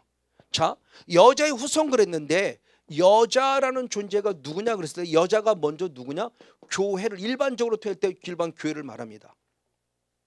이게 이제 이단들 신천지나 하나님의 교회 같은 데는 이제 이게 문제가 되지만 우리 정통적인 교회에서는 여자를 보통 교회로 해석을 해요. 교회. 그래서 대표적인 모습이 아가서 6장 한번 1절 말씀. 아가서 6장 한번 1절 한 절 말씀. 6장 10절. 6장 10절. 아가서 6장 10절 한 절 말씀을 같이 봅니다. 시작. 아침빛같이 뚜렷하고 달같이 아름답고 해같이 맑고 기치를 버린 군대같이 어미한 여자가 누구인가? 저건 분명히 솔로몬이 지금 저 문자 그 문제 그 자체를 문장 자체를 육으로 본다면 저 사건이 기록된 것은 지금 술람미 여인을 찾는 거예요. 그리고 그 술람미 여인이 결국 누구냐는 겁니다. 그 아가서가 단순히 어떤 술람미 여인과 그 어떤 그런 왕가의 솔로몬 왕가의 관계가 아니라 그 왕이 곧 예수님이고 우리가 곧 술람미 여인이죠. 그렇게 적용해서 지금 우리가 하나님과의 사랑 속에서 신랑 신부가 되고 그런 모습을 지금 말하는 게 아가서죠. 자, 그 말씀 가운데서 저 아침 빛같이 달같이 해같이라고는 군대같이라는 저 존재가 누구냐 했을 때 요한계시록 12장 1절 역시 한번 봅니다. 요한계시록 12장 1절 말씀 역시 봅니다. 네, 같이 읽겠습니다. 시작. 하늘의 마지막 때 큰 이적이 보일 것인데 해를 입은 한 여자가 있을 것이다. 그 발에는 뭐가 있다? 달이 있다. 그 머리는 뭐가 있다? 12별의 멸관이 있다. 그때 저 해를 입은 한 여자 그럴 때 저 해를 입은 한 여자가 누구냐 그럴 때 모든 정통적인 모든 교단들이 공통적으로 적은 일반적으로 교회를 말하고 있는 거죠. 그러면 그 교회가 한 여자가 있었을 때 그 교회를 통해서 마지막 영적 싸움이 진행됐을 때 그 영적 싸움이 진행되면서 여자의 후손이라고 하는 존재가 있어요. 여자가 낳은 아들이 있습니다. 그 여자가 낳은 아들이 누구냐? 계시록 12장 5절의 말씀을 봅니다. 계시록 12장 5절 역시 한번 같이 있습니다. 시작. 여자가 아들을 낳으니 이는 장차 철장으로 만국을 다스릴 남자라. 그 아이를 하나님 앞과 그 보좌 앞에서 올려가더라. 아멘. 가장 먼저는 예수 그리스도를 말하고 있지만 지금 저 말씀 우리에게 적용시키면 결국 우리들이에요. 성도들. 우리들에게 하나님이 뭐를 주셨다? 철장 권세. 이 권세가 원래 누구에 있던 것이다? 바로 시편 2편 말씀은 예수 그리스도에게 있는. 철장은 어떤 장소를 말하는 게 아닙니다. 쇠몽둥이에요. 쇠몽둥이. 철장이. 그러니까 철장 권세를 들을 때 그 잘못 얘기하는 거죠. 철장은 어떤 감옥 같은 철장도 가둬버리는 이게 아니에요. 그러니까 이게 우리가 이단을 욕하듯이 이단은 우리 보고 그런 거 갖고 욕한다고요. 철장이 그게 아닌데 말이야. 철장을 그렇게 생각하고 있다고. 쇠몽둥이 쇠 파이프 같은 강력한, 그러니까 철저한 영적 무기를 말하는 거예요. 그 무기를 통해서 이겨나갈 만국을 다스릴 예수 믿는 권세가 우리에게 주어진 권세예요. 그럼 여러분 손 한번 생각해서 여러분 손에 지금 이 철장 권세 쇠 파이프가 막혀져 있는 거예요. 그 튼튼한 그 어떤 것도 절대 가만두지 않을 수 있는 확실한 무기인 이 무기를 가지고 있다고요. 이 무기를 통해서 지금 싸워야 될 것을 말하는 우리들이에요. 우리들. 그러니까 창세기 3장 15절에 그 여자의 후손이라고 했을 때 그 여자의 후손은 예수 그리스도요. 결국 교회요. 예수 그리스도에 오는 우리들이 그들의 머리를 짓밟는 이 영적 싸움을 싸워야 될 권세, 이것을 통해서 회복할 것에 대한 길을 열어주신 거예요. 가죽 옷으로만 아니고 가죽 옷도 입어야 되지만 가죽 옷으로는 끝남이 아니라 영적 싸움을 싸워서 다시 에덴 동산으로 돌아와라. 원초적 본질을 회복하라. 이것이 지금 우리에게 주어진 은혜라는 거. 이걸 정하셨다라는 거예요. 그것이 지금 우리에게 주는 은혜임을 좀 말해봅니다. 그럼 이 권세가 언제 주어진 거냐는 거죠. 창세기 1장 28절의 말씀입니다. 그럼 이 사탄을 멸할 수 있는 이 권세가 언제 주어졌느냐? 창세기 1장 28절의 말씀하면 같이 한번 읽겠습니다. 시작. 하나님이 그들에게 복을 주시며 그들에게 이르시되 생육하고 번성의 땅에 충만하라. 땅을 정복하라. 바다의 고기와 공중의 새와 땅에 움직이는 모든 생물을 다스리라 하시니라. 아멘. 자, 아담과 하와를 하나님이 지으시고 그들을 축복하시는 거죠. 축복하실 때 뭐라고 그러냐? 생육하라, 번성하라, 충만하라. 이걸 저는 영적으로 봤다고 그랬죠. 문화 명령으로 끝남이 아니고 이걸 성령 충만 받으라. 그럼 성령 충만 받아 무엇 하느냐라고 했을 때 번성 참 정복하라. 그리고 무엇 하라? 다스리라. 이 정복이라는 개념을 통해서 이것이 영적 싸움을 알려줬죠. 자, 창세기 1장 28절은 정복이라고 말하지만 미가서 7장 19절의 말씀에서는 발로 밟아라. 이게 카바시예요. 원어가 똑같아요. 카바시라는 원어. 여기서는 정보로 쓰였고 여기는 발로 밟아라. 그런가 반면에 민수기 32장 22절 29절에 보면 여호와 앞에 항복할 때까지 복종할 때까지 싸우라는 치열한 영적 싸움을 가르쳐줘요. 카바시라는 원어가. 그러니까 저 정복의 권세는 하나님의 자녀로 택한 이후에 하나님이 아담과 하와에게 바로 준 권세였어요. 그래서 2주 전인가 그 말씀 드렸죠. 이 권세도 주시는 반면에 의무도 주셨죠. 의무는 결국 뭐냐? 창세기 2장 17, 15절의 말씀을 통해서 보니까 지켜라예요. 에덴 동산을 지키라는 한 말씀을 더 주셨어요. 근데 이 지키라는 의무를 감당하지 못해서 결국 권세, 정복하는 권세마저 잃어버렸어요. 그러니까 지켰을 때 의무를 감당하기 위해서는 이 정복이라는 권세로 그 말씀을 지키면 사탄과 싸워야 되는데 사탄과 싸우지 않은 거예요. 그러니까 의무 자체를 빼앗겨버린 거죠. 지키지 않으면 빼앗겨버렸을 때 그것만 의무만 뺏겼냐? 아니요. 내가 지금 권세까지 싹 무너져버린 거예요. 그러니까 하나님의 자녀에게 주신 마땅한 권세인데 그 권세를 사용하지 않은 거예요. 그를 통해서 지금 우리들이 결국 에덴으로 쫓겨날 수밖에 없을 때 다시 주님은 회복할 길을 주시기 위해서 능력을 줄 터이니 성령의 능력 받아서 영적 싸움을 싸우고 영적 싸움을 싸워서 하나님 나라로 돌아오라고 하는 거죠. 그 원리를 지금 가르치셨다는 것입니다. 맞습니다. 바로 이 부분의 모습입니다. 근데 이것이 그때는 지금 우리들에게 지금 똑같이 하나님이 주신 은혜의 모습이에요. 우리 자녀들에게. 자, 누가복음 10장 19절의 말씀을 봅니다. 지금까지 흘러오고 있다는 겁니다. 자, 누가복음 10장 19절 시작. 내가 너에게 뱀과 전갈을 밟으며 원수의 모든 능력을 제할 권세를 주었으니 너를 해할 자가 결단코 없으리라. 아멘. 저 사건은 70인 제자가 나아가서 예수님께 10장 1절에 능력을 받고 나아가서 9장에 있는 제자들처럼 똑같은 능력을 베풀고 오는 거예요. 그리고 지금 선교복을 하는 겁니다. 예수님 너무너무 고맙습니다. 왜? 예수님이 주신 능력 갖고 우리도 병 고쳤고요. 귀신 쫓아냈고요. 말씀 증가하다 왔습니다. 그랬더니 예수님이 당연하다는 겁니다. 그것 때문에 기뻐할 것이 없다는 거예요. 기뻐하지 말라는 게 아니라 그것 자체가 핵심은 아니라는 거죠. 그러면서 20절 말씀에 네 이름이 생명록에 기르는 걸 더 기뻐하라 그러죠. 하나님의 자녀에게 띄워준 권세에 저건 마땅하다는 겁니다. 그러면서 중요한 얘기를 했어요. 자, 뱀과 전갈을 밟으며 원수의 모든 능력을 제할 권세를 무엇했다? 주었다 그랬어요. 주었다. 자, 주었다라고 했을 때 디돔이라는 원어인데 그냥 우리나라 말로 이해를 하면 과거형이에요. 그냥 주었다. 이미 과거에 주었다. 과거형이에요. 근데 원어, 헬라 원어를 보면 과거형이 아니에요. 완료형이에요. 저는 이 말씀을 들으면서 이걸 다시 공부하면서 이게 완료형이야? 과거형이 아니고 그러니까 우리말로 해석하면 이게 그냥 주었다 이렇게 되니까 과거형, 옛날에 준 거구나 이렇게 해석이 돼버렸어요. 저도 그 전에 과거형이라고 얘기를 했었어요. 근데 성경 그 공부를 통해서 해보니까 이게 과거형이 아니라 완료형이에요. 저는 그러면 소름이 쫙 끼치면서 기름이 쫙 임하는 걸 와 이거구나. 이게 결국 뭐냐? 하나님이 아담과 하와에게 에덴 동산에서 정복의 권세를 이미 주어주신 거예요.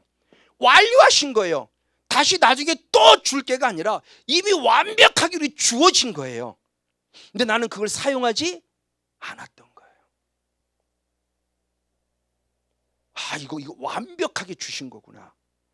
그러니까 하나님 기도 많이 하는 사람에게 주는 게 아니고요. 무슨 특별한 사람이 주는 게 아니고 아담과 하와처럼 주님의 창조의 능력 안에 거해서 하나님의 자녀로 삼으신 모든 자에게는 다 똑같이 주신 은혜라는 거예요. 누구에게 더 주시고 덜 주시고 아니고요. 그래 이거구나. 아 그래 완료형이구나 이게. 이 완료형으로 주어진 이것을 우리가 사용하지 않은 거예요. 그리고 기도 많이 하는 사람 받는 거로 생각했어요. 기도 많이 하고 특별한 조영기 목사가 특별한 사람한테는 주는 거로 생각했어요. 아니요. 마가복음 16장 17절 위에 말씀 보세요. 믿는 자에게는 이런 능력이 따르리니 그랬어요. 모든 자에게, 믿는 모든 자에게, 하나님의 자녀 모든 자들에게 마땅히 주신 거예요. 그러니까 여러분 서로 영적 자부심을 가지십시오. 물론 기도를 받으러 오셨지만 기도 받고 은혜를 받으셨으면 나가서 여러분 스스로가 가정에서 실제적인 영적 싸움의 사역을 하시라는 겁니다. 내 스스로에게 자가 축사하고요. 내 아내를 위해서 남편을 위해서 자녀를 위해서 직접 하시라는 거예요. 안 돼라고 말하지 마시고요. 내 아들 붙잡고 있는 거, 손자 붙잡고 있는 거, 남편 붙잡고 있는 거, 아내 붙잡고 나각한 사탄하고 명령을 선포. 왜? 이미 주어지신 거예요. 완벽하게 주신 거예요. 저는 이 믿음 갖고 여러분의 사역을 하는 거고 여러분도 그 믿음 갖고 사역을 받을 뿐이라 여러분 스스로 집에 가서 그 사역을 그대로 하시라는 겁니다. 어쨌든 중요한 말씀입니다. 맞습니다. 그래서 예수님이 이 땅에 오셔서 가장 먼저 이것을 보여준 거죠. 그러니까 예수님의 첫 사역이 결국 뭐냐는 겁니다. 자, 마태복음 4장 1절 그리고 10절 11절 말씀. 마태복음 4장 1절 그리고 10절 11절 말씀을 같이 봅니다. 같이 한번 읽겠습니다. 시작. 그때 예수께서 성령에게 이끌려 마귀에게 시험을 받으러 광야로 가사 이 예수께서 말씀하시되 사탄아 물러가라 기록되었으되 주 너희 하나님께 경배하고 아멘 다만 그를 섬기라 하셨느니라 할렐루야. 이에 마귀는 예수를 떠나고 천사들이 나와 颂드니라 할렐루야. 그러니까 예수님의 첫 사역입니다. 제자들을 만들기 전에 예수님이 성령을 받자마자 가장 먼저 영적 세계의 실제임을 보여주기 위해서 성령을 받으시고 마귀에게 시험을 받으러 가셔서 마귀에 싸워 이기실 때 말씀이라는 무기와 기도라는 무기를 가지고 싸워 이기십니다. 그래서 첫 번째, 두 번째, 세 번째 이기시지만 첫 번째 이겼지만 사탄이 떠난 건 아니에요. 두 번째 공격이 들어왔어요. 두 번째도 말씀과 기도를 이겼지만 떠난 건 아니에요. 다시 공격해 들어왔어요. 그때 세 번째 드디어 이기십니다. 그리고 떠나요. 그러면 첫 번째, 두 번째와 세 번째 차이점이 뭐냐고 했을 때 세 번째 차이는 선포가 있었습니다. 마귀야 무엇하라? 떠나가라. 선포가 있어서 그때 떠났다는 거예요. 영적 원리를 알려준 거죠. 왜? 예수님이 이미 창조주로서의 가진 능력이고 그 능력을 아담과 하와에게 왜? 하나님의 형상으로 지음받았으니까. 그러니까 하나님의 능력이 나의 능력이죠. 예수님의 능력이 나의 능력 이미 주어진 거예요. 하나님의 형상으로 지음받은 자로서 마땅히 주어진 거예요. 더 강력하게 기도를 했기 때문에 주어진 것이 아니고 그 당연히 받을 권리가 있는 거예요. 그럼 역으로 생각하면 아직 그 능력이 내게 나타나지 아직도 회개할 거리가 많은가 보다. 주님의 깊으신 뜻이 있겠지. 그래 더 많이 회개해야지. 더 철저히 무릎 꿇고 회개하며 죄가 사함받은 것만큼도 강력한 영권과 능력은 부어질 거예요. 맞습니다. 바로 이런 모습 안에서 지금 우리들에게 중요한 걸 얘기를 합니다. 자, 그랬을 때 다시 한번 영적 원리를 보자는 겁니다. 그럼 예수님이 이 땅에 오셔서 우리는 잘 알고 있어요. 근데 2000년으로 돌아가 보자는 겁니다. 2000년 돌아갔을 때 예수님이 이 땅에 오셔서 예수님은 과연 무엇을 위해 오셨음을 우리에게 보여줬을까요? 자, 우리는 예수님의 십자가라는 사건을 미리 알아요. 왜? 지금 살고 있으니까. 근데 예수님이 오셔서 3년이라는 사역을 감당하심에 있어서 예수님 처음부터 십자가 얘기하지 않았어요. 십자가 얘기한 건 오직 세례 요한 하나예요. 잠깐 한 번 세상 죄를 지고 온 하나님의 어린 양 이거 한 번 얘기했어요. 그럼 그다음부터 십자가 얘기가 없어요. 그리고 예수님은 오히려 왕으로서 무엇하셨다? 마귀를 멸하셨고 선자로서 무엇하셨다? 말씀을 증거하셨고 마지막 3년 하반기에 가서 제사장으로서 바로 십자가를 지실 걸 이때서야 결정하세요. 그러니까 예수님이 초기 사역이 뭐냐는 겁니다. 우리 죄부터 먼저 용서해 준 거 아니에요. 그럼 뭐부터 하셨다? 마귀부터 멸했어요. 죄성, 죄짓게 만드는 마귀부터 멸하시고 남아있는 죄를 깨끗이 용서했어요. 이제 우리에게 그것을 반해서 우리는 먼저 죄 문제 해결해야 되고 그리고 마귀를 멸해야 되죠. 그러나 예수님의 사역은 마귀부터 멸하셨어요. 3년 내내. 그럼 언제부터 했냐? 예수님이 드디어 그리스도라라고 인정받을 때부터. 자, 마태복음 16장 16절 19절 두 절 말씀을 봅니다. 마태복음 16장 16절 19절. 자, 베드로의 고백이 있습니다. 시작. 시몬 베드로가 대답하여 가로되 주는 그리스도시요 살아계신 하나님의 아들이신다. 아멘. 19절에 그래서 21절. 19절에 21절. 자, 마태복음 16장 16절 21절. 네, 21절 말씀 시작. 이때로부터, 그럼 이때로부터가 뭐냐? 베드로가 예수를 그리스도의 하나님의 아들을 인정할 때부터 예수 그리스도께서 자기가 예루살렘에 올라가 장로들과 대제사장들과 서기관들에게 많은 무엇을 받고 고난을 받고 그리고 무엇하고 죽임을 당하고 그리고 3일 만에 살아나야 할 것을 제자들에게 비로소 가르치시니라. 즉 제사장적 사명, 내가 죽으러 왔다, 너희들의 죄를 위해서 죽으러 왔다는 사실을 이때부터 얘기하셨어요. 저게 3년 하반기 마지막 십자가 지기 직전에. 그 처음부터 예수님이 십자가 얘기한 거 아니에요. 우리는 알죠. 이제는 알아요. 왜? 이미 예수님이 역사로 모든 게 다 기록되어 있으니까 다 알아요. 그러니까 그때 당시의 사람은 아무도 그걸 몰라요. 그냥 마귀나 멸하고 병이나 고쳐주는 예수님으로 인정했어요. 그러나 뒤늦게 베드로 깨닫자. 아, 이분은 우리가 기다리던 그리스도시구나. 왕으로 오셨고 선자로 오셨고 제상으로 오신 그분이구나. 이걸 알았을 때 드디어 맞다. 나는 이 땅에 고난받으러 죽으러 왔다. 그리고 3일만 다시 살아나러 왔다. 너희들의 죄를 속하려고 라고 하는 말씀을 통해서 이 땅에 오신 목적을 확실히 비춰주고 있는 거예요. 맞아요. 그 말씀이 이루어진 사건이 히브리서 2장 14절과 17절입니다. 십자가를 통해서 어떤 사건을 이루었는가의 모습입니다. 2장 14절 17절 역시 한번 두 절 말씀을 같이 봅니다. 같이 한번 읽겠습니다. 히브리서 2장 시작. 자녀들은 혈육에 함께 속하였음에 그도 또한 예수님도 또한 한 모양 우리와 같은 똑같은 모양으로 혈육에 함께 속하심으로 사람 같은 모양으로 함께 오심은 사망으로 말미암아 즉 십자가에서 죽으심으로 말미암아 사망의 세력을 잡은 자 곧 누구? 마귀를 무엇하기 위함이다? 없애기 위함이다. 마귀를 멸하기 위함이다. 그러니까 예수 우리와 같은 똑같은 육신의 모습을 입고 오신 모습은 마지막 십자가에서 죽으심 3년 내내 마귀도 멸하시면 이제 십자가를 통해서 죽으시로 완벽하게 마귀를 무엇하러? 멸하러 오신 거예요. 그 사명을 먼저 고백해요. 그리고 마지막 세 번째 17절의 말씀에 그러므로 저가 범사의 형제들과 같이 대심이 마땅하도다. 이는 하나님 앞에 자비롭고 충성된 대제사장이 되어 즉 죽는 거죠. 세상은 모든 것의 마지막 죽음이에요. 대제사장이 되어 백성의 죄를 무엇하게 합니다? 구속하려 우리를 죄로부터 구원하게 합니다. 그리고 십자가를 지는 사건이 마귀를 멸하고 우리의 죄를 구원하게 함을 스스로 밝히셨어요. 이게 히브리서 12장의 중요한 말씀으로 예수님의 모습을 우리에게 그대로 보여주고 있는 거죠. 맞아요. 그러면서 예수님은 다시 마태복음으로 돌아갈 때 마태복음 누가복음 22장 29절 31절 32절을 통해서 이 하나님의 나라를 우리에게 맡기셨어요. 십자가 지기 바로 직전에 중요한 말씀입니다. 그 마귀 그럼 하나님 나라를 맡겼다는 게 어떤 것이가 된 부분입니다. 누가복음 22장 29절 31절 32절 같이 한번 읽겠습니다. 누가복음 22장 29절 같이 함께 읽겠습니다. 시작. 내 아버지께서 나라를 내게 맡기신 것 같이 나도 너에게 맡긴다. 자, 예수님 하나님 아버지가 예수님 이 땅에 보냈을 때 왜 보냈냐? 하나님 나라를 맡기신 거예요. 근데 예수님이 십자가 지고 하나님의 나라 가시면서 우리들에게 뭐 하는 거냐? 맡기는 거예요. 그럼 왜 맡겼냐 할 때 하나님의 나라를 맡긴다는 것에 대한 부분의 모습을 베드로에게 구체적으로 말씀했습니다. 31절 32절 31절 32절 시작. 시몬아 시몬아 보라 사탄이 밀가부르다 하려고 너를 청구하였으나 그러나 내가 너를 위하여 내 믿음이 떨어지지 않기를 위하여 기도하였노니 너는 돌이킨 후에 내 형제를 굳게 하라. 아멘. 하나님 나라 맡겼다고 말했을 때 맡겨주는 순간에 어떤 일이 벌어졌냐? 지금 사탄이 와서 베드로를 밀가부르다 까부를 흔드는 거죠. 지금 내가 사탄을 지금 베드로를 마음껏 흔들 수 있는 기회를 주세라고 할 때 주님이 허락지 않았다는 거예요. 그러니까 베드로의 정신 바짝 차려.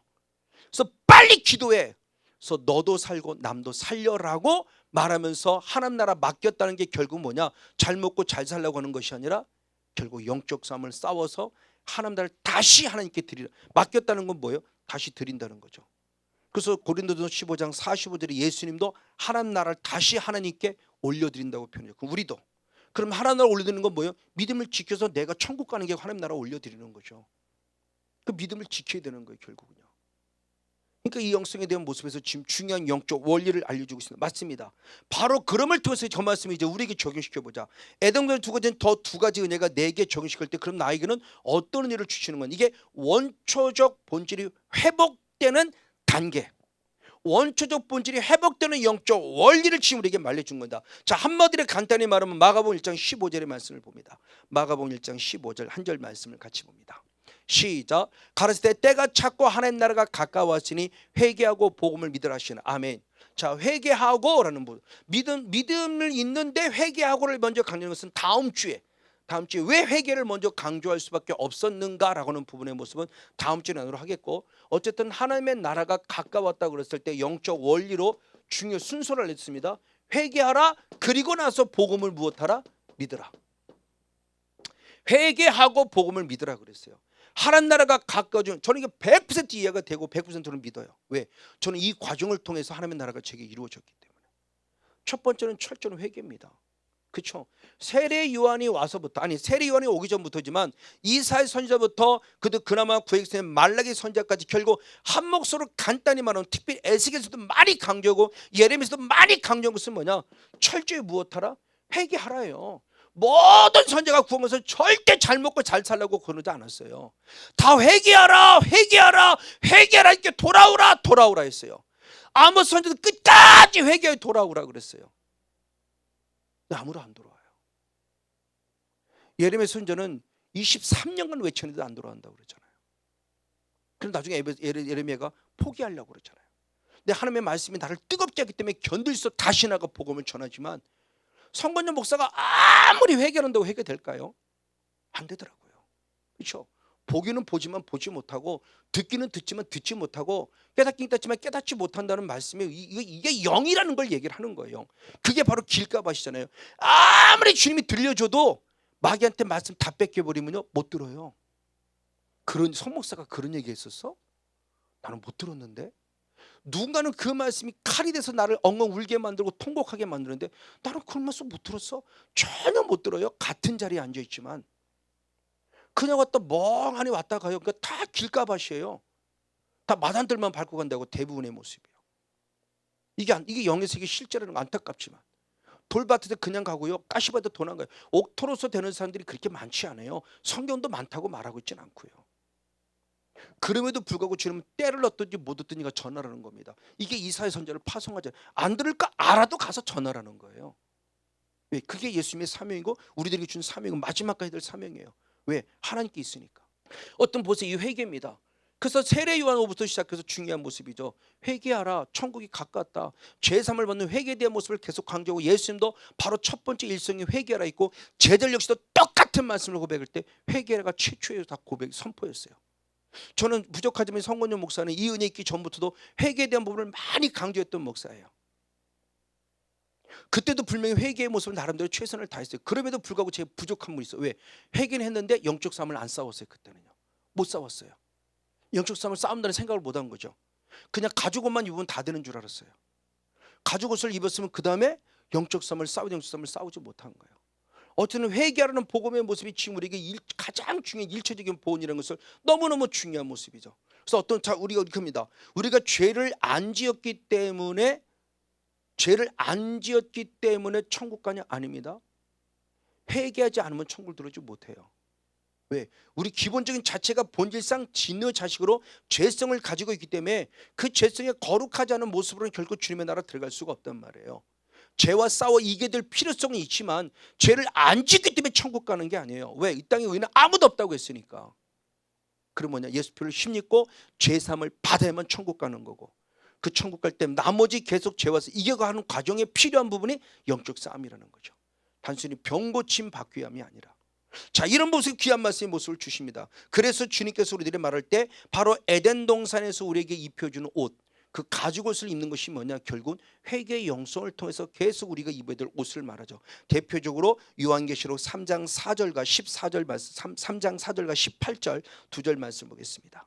사대 교회와 책망받는 라오디게아 교회를 향해서 얘기합니다. 같이 한번 읽습니다. 시작. 그러나 사대에 그 옷을 더럽히지 아니한 자 몇 명이 내게서 흰옷을 입고 나와 함께 다니리니 그들은 합당한 자인 영고라. 그 다음에 라오디가 교회 내가 권하노니 내게서 불로 연단한 금을 사서 부유하게 하고 아멘 흰옷을 사서 입어 벌거벗은 수치를 보이지 않게 하라. 그렇죠? 벌거벗은 수치. 창세기 3장 7절의 사건. 내가 벌거벗어 부끄러워서 나뭇잎으로 가른 사건이 다시 재발되지 않도록 너는 철주보다 흰옷을 사라는 거죠. 그 흰옷을 사라는 것은 결국 뭐냐? 예수 피뿌림의 은혜를 힘입고 회개하여 하나님의 주신 거룩한 가죽옷으로 계속 덧입어서 다시는 이것이 벗겨져 부끄러움을 당하지 않는 영수성을 관리를 하라. 그 가운데 사도교는 책망받았지만 몇몇 사람은 끝까지 흰옷 입은 사람이 있었다는 것을 칭찬해 주는 거죠. 이사야 64장 6절 말씀 내 의가 더러운 옷이라고 그랬어요. 내 의.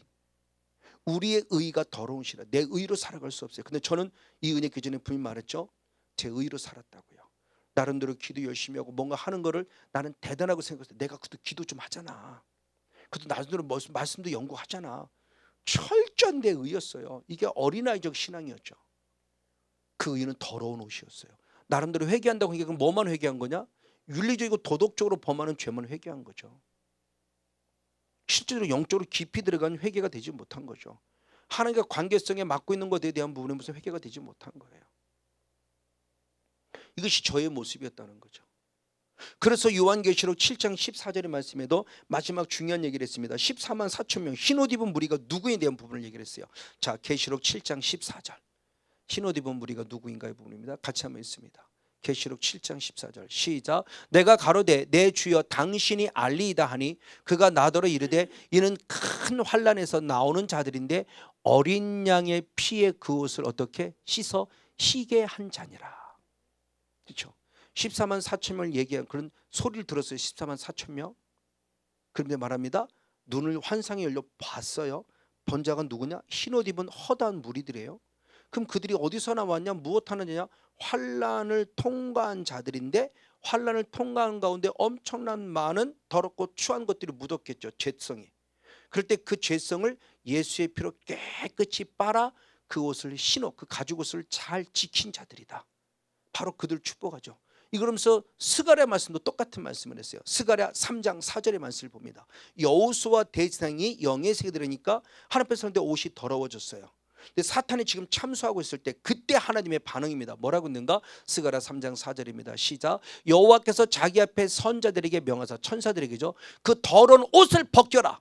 그렇죠? 지금 여호수아 대제사장이 입은 더러운 옷을 벗겨라 하시고 또 여호수아에게 이르시되 내가 네 죄가를 제하여 버렸으니 아멘. 내가 무엇을 입혀주라? 아름다운 옷을 입혀주라. 할렐루야. 이게 우리 입히는 가죽옷의 은혜인 거예요. 그러니까 날마다 나는 예수 피로 제사함의 은혜를 공급받는 회개의 영성이 필요한 거예요. 하나님 나라가 가까웠어요. 우리는 죄를 짓지 않았기 때문에 천국 간다? 아닙니다. 죄를 짓지 않았다는 것으로 천국 가기 어려워요. 회개하지 않았기 때문이라는 겁니다. 그러면 진정한 천국 가는 것은 회개라는 거죠. 예수의 피로 깨끗함을 받아야 가는 것이지 내가 죄를 짓는 그것 자체가 내 의가 될 수 있어요. 내가 죄와 싸워 이겼는데 말이야. 내가 죄를 안 지었는데 말이야. 큰 코 다칩니다. 그러니까 영적 싸움 하면 할수록 더 많이 겸손해야 돼요. 정말 가면 갈수록 깨닫는 겁니다. 겸손해야 돼요. 내가 뭐 했다가 아니에요. 자, 이런 모습이 그 다음에 아까 복음을 믿으라죠. 복음의 핵심 믿음입니다. 믿음. 그래서 너무너무 중요한 모습이죠. 자, 우리 한번 요한복음 3장 16절 말씀. 요한복음 3장 16절 한 절 말씀. 너무 중요합니다. 시작. 하나님이 세상을 이처럼 사랑하사, 아까 사랑 그죠? 십자가에 죽으시는 사랑하사 독생자를 주셨으니 이는 저를 무엇하는 자마다 믿는 자마다 멸망치 않고 영생을 얻게 하십니다. 할렐루야. 믿을 때만이 멸망치 않고 영생을 얻는다 그러며 회개한 자가 다시 예수 그리스도를 나의 구원자로 믿는 믿음 아래 서야 될 필요성에 대한 부분의 모습을 가르쳐주고 있습니다. 그러면 그 믿음의 모습이 결국 무엇이 있을 때 나를 위해 죽으시고 나를 위해 살아나신 예수를 믿는 믿음이라는 거죠. 자, 사도행전 17장 31절. 내가 믿어야 될 것이 무엇인가를 얘기합니다. 사도행전 17장 31절 시작. 이는 정하신 사람으로 하여금 천하를 공의로 심판할 날을 작정하시고 이에 저를 죽은 자 가운데서 다시 살리신 것으로 모든 사람들이 믿을 만한 증거를 주셨다. 그러니까 믿을 수밖에 없는 증거가 있는 거예요. 그 증거가 뭐냐? 예수님을 위해 죽으셨다. 그리고 다시 3일 만에 살아나셨다. 이것은 누구도 부인할 수 없는 역사적인 사건이기도 하고요. 그러니까 세상의 역사도 기록하는 완벽한 사건이에요. 빌라도 보고서를 통해서요. 이건 누구도 부인할 수 없어요. 예수님이 십자가에 죽으신 사건, 그리고 3일 만에 부활하신 사건, 이게 실제라는 거예요. 이게 믿을 만한 증거로 주님 만드셨다는 거예요. 이걸 통해서 나를 위해 죽으시고 나를 위해 살아난 이걸 믿어야 이게 구원이라는 거예요. 병날 걸 믿습니다 말하는 그게 구원이 아니고요. 그 병날 걸 고침받는 거지 영혼의 구원이 아니에요. 육신의 구원 누구든지 받을 수 있어요. 주님은 육신의 구원을 통해서 영혼의 구원까지 이르길 원하는 거지. 그 10명의 문둥병들 우리가 가르쳐 주는 거죠. 대부분 육신의 구원 받아요. 하나님의 은혜로, 특별한 은혜로 병 고침도 받고요. 문제도 해결되고요. 근데 그 다음 단계로 안 들어와요. 그러니까 사후 관리가 안 되니까 나중에 더 심해져요. 이게 문제인 거예요. 그러니까 영혼의 문제까지 가야 돼요. 영혼의 문제, 영혼의 구원의 문제까지, 이 성령 사역이 정말 중요한 부분이 맞습니다. 이런 부분을 통해서 우리들에게 믿음의 증거를 보셨고, 이제는 이 믿음을 가졌으면 드디어 세 번째가 마태복음 11장 12절, 신앙의 한 단계 성숙하는 거죠. 마태복음 11장 12절 같이 한번 읽습니다. 시작. 세례 요한의 때부터 지금까지 천국은 침노를 당하나니 아멘. 침노는 자가 빼앗느니라 할렐루야. 자, 중요한 얘기를 했습니다. 마태복음 11장 12절의 사건, 세례 요한의 때부터, 자, 뭐를 말하냐? 천국은 누구의 것이다? 침노하는 자의 것이라고 얘기해요.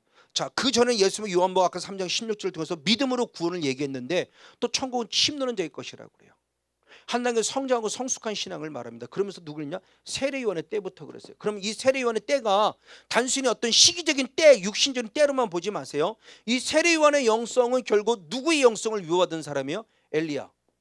그렇죠? 엘리야 영성을 물려받은 자예요. 그래서 마가복음 4장에 엘리야가 다시 온다고 그 엘리야가 누구냐? 세례 요한이라고 그랬어요. 그래서 누가복음 1장 17절에 예수님이 하나님이 직접 말씀하셨죠. 그렇죠? 네 아들 세례 요한이 누구의 영성을 가질 것이다? 엘리야의 심령과 능력을 가지고 올 것이다 그랬어요. 그 세례 요한, 그러면 엘리야가 누구냐는 겁니다. 열왕기 상에 기록되어 있어요. 왕상. 자, 열왕기 상, 열왕기 하는 누구의 기록이냐? 왕들의 사역을 기록한 부분이에요. 왕들의 사역을 기록했는데 아합 왕 때에 누가 등장하느냐? 엘리야라는 선지자가 등장해요. 왕의 사역이 쭉 기록되다가 아합 왕 때에 엘리야라는 선지자를 기록해요. 상당히 많은 분량을 16장, 17장, 18장, 19장 계속. 그리고 열왕기 하에 들어가서 엘리사가 등장하고요. 이게 왜 왕의 사역 건데 갑자기 선지자의 사역이 기록되지? 처음에는 그냥 사건으로 보니까 별로 이게 그냥 그렇게 봤어요. 근데 어느 날 아마 작년이었는가 그랬을 것 같아요. 얼마 안 됐을 때 이게 탁 깨달아. 왜 왕의 사역에 선지자의 사역이 기록되지? 엘리야의 사역이 뭐지? 이거구나. 그러니까 세례의 사역이 딱 매치가 되는 거예요. 그러면 엘리야는 무엇했느냐? 아합 왕이 섬긴 바알의 선지자, 아세라 선지자 850명과 싸워 이긴 거죠. 어제 갈멜산상에서. 그러니까 이걸 얘기하는 거예요. 결국은 이게 천국의 기름을 얘기를 하는 거예요. 그러니까 세례요한의 때부터라는 것은 엘리야의 영성을 가지고 지금부터 천국은 누구의 것에서 침노 빼앗아야 된다는 겁니다. 철저히 바알과 싸워야 돼요. 철저히 아세라와 싸워야 돼요. 철저히 우상인과 싸워 이겨야 천국의 백성으로서 마지막까지 승리하며 살 수 있다는 걸 얘기하는 거죠. 그러니까 우리 안에 엘리야의 영성이 팍 차고 넘쳐야 돼요. 갈멜산에서 850대 1으로 싸워야 될 이 성성은 정말 상상할 수 없는 영성입니다. 그러니까 말보다 더 빨리 나가죠. 비가 올 때. 싸우기는 끝나시 아니고 비가 오는 걸 보고는 말보다 더 빨리 달려나가잖아요. 엘리야가. 이게 대단한 영성이에요. 지금 저 영성은. 이게 구약시대부터 있었는데 이게 지금 우리에게 흘러야 되는, 세례 때부터 지금까지 이게 흐르고 있어야 된다는 거죠. 저 말씀이 진리란다면. 그건 세례 요한이나 그러지 아니요. 세례 때부터 지금까지라고 그랬어요. 그럼 지금도 끊임없이 우리에게 엘리야 영성이 흘러 넘쳐서 바알의 선지자 아스를 싸워야 되는 거예요. 영적 싸움을 지금 얘기를 하는 거예요. 병고침 받으러 아니요. 하나님 나라 들어가기 위해서.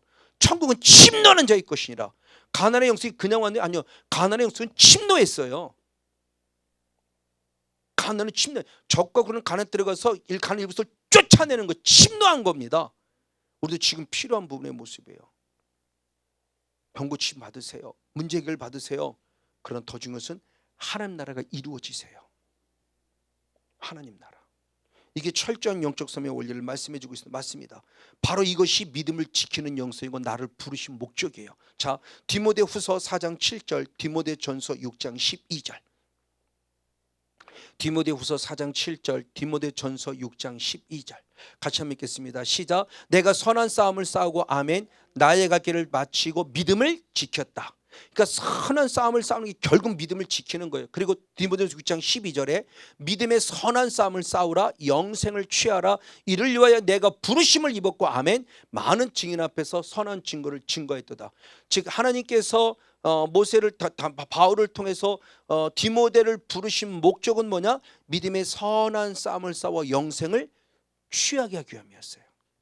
구원받게 하려고 영적 싸움을 싸우라고 부르셨다는 거예요. 병 고침 받으라고 아니고요. 그렇죠. 디모데도 병이 있었죠. 젊은데 위가 약했어요. 위. 그래서 그때 당시에 약의 기운이죠. 포도주를 먹으라고 했지만 그 병 고침 받으려고 귀신 쫓으라는 얘기는 안 했어요.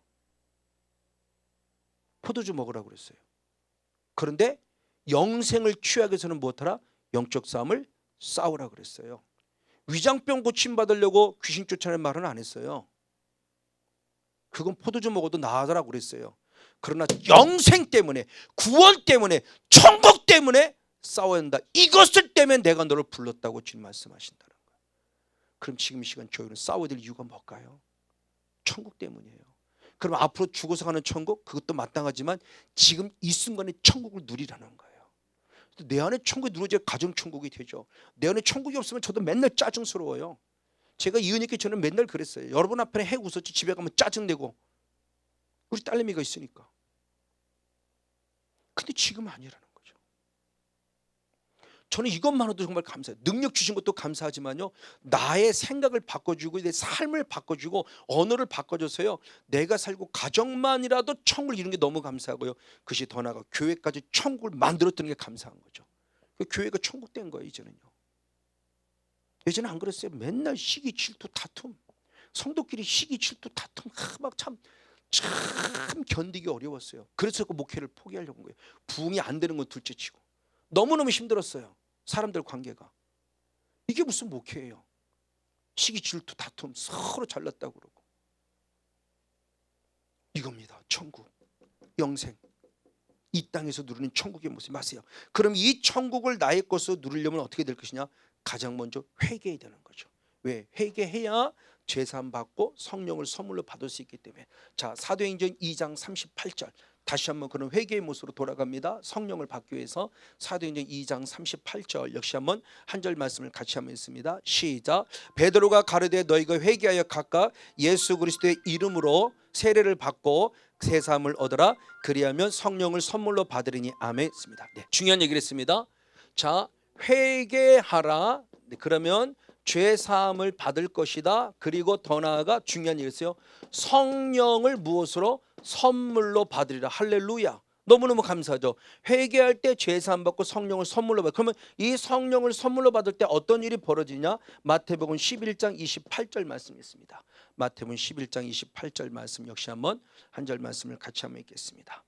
네, 같이 한번 읽습니다. 시작. 그러나 내가 하나님의 성령을 힘입어 귀신을 쫓아내는 것이면 하나님 나라가 이미 너에게 임하니라. 아멘. 그러면 인격적인 성령을 힘입어서 결국 누구를 쫓아낸다? 귀신. 왜 쫓아내냐? 병 고침 받을 아니요. 하나님의 나라를 되찾으려고. 이미 이루어졌느니라. 이미. 그러니까 에덴 동산을 다시 회복하니까 원초적 본질을 다시 회복하기 위함이에요. 원초적 본질을 가졌다. 하나님의 자녀라는 원초적 본질을 갖다가 죄 밖에서 본질상 진으로서 타락했다가 다시 교회를 가죽 옷을 입는 회개의 은혜, 피의 은혜, 그리고 다시 영적 싸움을 싸우는 이 은혜를 통해서 다시 회복하는 거예요. 원초적 본질의 회복, 영적 싸움을 통해서. 이미 이루어졌다. 영적 싸움을 통해서요. 맞아요. 이 회개가 결국 우리에게 어떤 은혜를 주시냐는 겁니다. 이 영적 싸움을 통해 어떤 은혜를 주었을 때 성경이 말하고 또 두 가지만 찾습니다. 로마서 14장 12절 14절 그리고 요한계시록 16장 15절. 영적 싸움을 통해서 영적 전신갑주를 보는 어떤 싸움을 싸울까? 자, 로마서 13장 12절 14절 시작. 밤이 깊고 낮이 가까웠으니 아멘. 그러므로 우리가 어둠의 일을 벗고 할렐루야 빛의 갑옷. 그렇죠? 주님의 전신갑주를 입어라. 그래서 무엇 해야 되느냐? 오직 주 예수 그리스도로 옷 입고 그리스도로 옷 입고 정욕을 위해 육신의 일을 도모하지 말라. 할렐루야. 예수의 피로 아까 그랬던 부끄러움 당하지 잘 관리하라고 그랬죠. 그러면서 계시록 16장 15절 말씀 시작. 보라 내가 도적같이 오리니 누구든지 깨어 자기 옷을 지켜 벌거벗고 다니지 아니하며 자기의 부끄러움을 보이지 아니하는 자가 복이 있도다. 할렐루야. 반드시 자기 옷을 지키라는 거예요. 그래서 다시는데 부끄러움을 보이지 말라는 거예요. 사탄 앞에 책잡히지 말라는 거예요. 다니엘은 조금 더 흠이 없었다. 그래서 지금 여러분 청문을 했는데 조금 더 흠이 없었어요. 그들의 입장으로 보면은, 바벨론의 입장으로 보면은 바로 이방인, 이스라엘 백성 이방인에게 총리를 뺏기는 거 얼마나 그러니까 어떻게든 잡으려고 하는 거죠. 지금 정치하고 똑같은 거예요. 어떻게든 흠을 내서 쫓아내려고 하는 거예요. 근데 흠이 없는 것처럼 다니엘은 흠이 없어요. 그렇죠? 그러니까 내 옷을 지키는 거예요. 믿음의 옷을. 사탄에게 빌미 주지 마세요. 저희 때는 그렇게까지 교육을 받았어요. 혹시 어디를 갔다가, 저 신학생 때, 지금도 잊지 못해요. 혹시 엘리베이터를 타고 오는데 여자가 타면 내려라 그랬어요. 그렇게까지 가르침 받았어요. 나이가 드신 분이든 젊으신 분이든 상관없다. 여자가 타면 무조건 내려라. 걸어갈지언정, 아니면 다음 걸 기다려 내려. 왜? 나는 아무런 의도가 없지만 1층에서 내려올 때 여자랑 같이 내려오면 혹시라도 성도가 있으면 우리 목사님 여자가 이렇게 된다. 사탄이 이렇게 빌미를 뒤집어쓰니까 빌미 자체를 주지 말할 줄 이렇게까지 철저히 저는 그 교육을 배웠어요. 신학교 때. 사탄에게 빌미를 주지 말라는 거죠. 어쨌든 맞아요. 저럴 정도로 철저히 싸워야 할 것을 말씀한 부분의 모습이 맞아요. 이것이 결국 우리의 본질이 회복되게 합니다. 그래서 하나님 앞에 당당히 서기야 합니다라는 겁니다. 마지막 결론은 에베소 6장 13절 한 절 말씀을 같이 한번 읽겠습니다. 에베소 6장 13절입니다. 같이 한번 읽습니다. 시작. 그러므로 하나님의 전신갑주를 취하라. 아멘. 이는 악한 날에 너희가 능히 대적하고 할렐루야 모든 일을 행한 후에 무엇하게 합니다? 서기야 합니다. 하나님 앞에 당당히 서기야 하며, 이걸 또 역으로 또 말한다면 사탄 앞에 더더욱 당당히 서기야 하며. 사탄 앞에 무릎 꿇을 이유 없잖아요. 하나님 앞에는 겸손하게 무릎 꿇어야 되지만 사탄 앞에는 당당해야 돼요. 하나님 앞에도 떳떳한 모습. 하나님 나 잘 승리하다 왔습니다. 교만하라는 게 아니에요. 70인 제자처럼 하나님 주신 은혜 갖고 내가 영적 싸움을 싸우다 왔습니다라고 당당하게 말할 수 있을 만한, 오늘 저 여러분 원초적 본질의 회복을 에덴 동산의 영성을 살펴봤습니다. 분명히 죄를 범했습니다. 그래서 본질상 진노적이 될 수밖에 없습니다. 그럼에도 불구하고 주님 마지막 은혜를 주셨습니다. 가지고 오세요 은혜를 주셨고 쫓아내기 전에 영적 싸움의 원리를 미리 아셔서 정하셨어요. 아셔. 그럼 지금도 똑같이 정함이 우리 흐릅니다. 이건 주님이 정해놓으신 거예요. 예수 십자가의 사건을 정해놓으셨고 영적 싸움이 정해진 거예요. 그럼 마땅히 해야 될 거라는 겁니다. 하나님께 정해놓으셨는데 안 하면 불순종이잖아요. 그럼 철저히 회개해서 제사함 받고 복음을 믿는 믿음 안에서 성령을 선물로 받아 영적 싸움을 싸워서 정해진 하나님의 영적 원리를 내게 이루어내고 나도 또 이루어낼 수 있는 모습으로 멋지게 쓰임받아 하나님 앞에 당당히 서는 중고 모두가 되어지기를 주님의 이름으로 간절히 축복하고 축원을 드립니다.